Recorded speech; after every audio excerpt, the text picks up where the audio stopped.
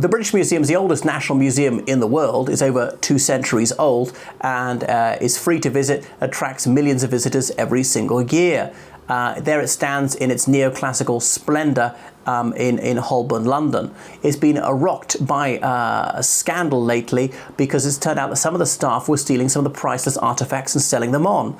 Now, the BLM movement and the wokesters say that it's terrible. It's a treasure trove of things which were looted through colonial atrocities, and all this pillaging must be put right, not just by paying a sithment, but by the restitution of these stolen goods to the people who were unfairly deprived of their ownership. These things were purloined from the colonies. Famously, it houses the Rosetta Stone. That stone was found in Rosetta, Egypt in the 18th century, which has got the same text in 3 languages, ancient Greek and 2 versions of ancient Egyptian hieroglyphs.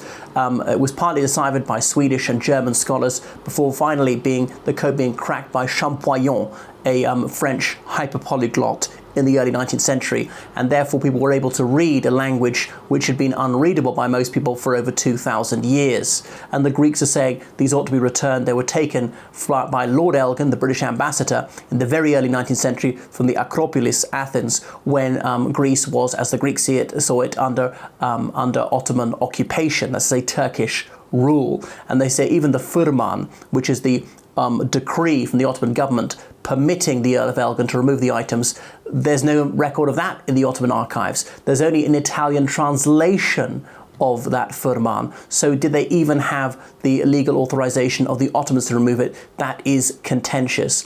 So these are controversies which are unlikely to die away soon. But the UK government had passed a law decades ago forbidding anyone from removing these items, from giving them back to other countries. And they're worried about if it set a precedent. If the Elgin marbles are returned, everything will be returned, and soon the British Museum will be empty. One of the ironic things about the British Museum is its name. Almost nothing in the British Museum is British.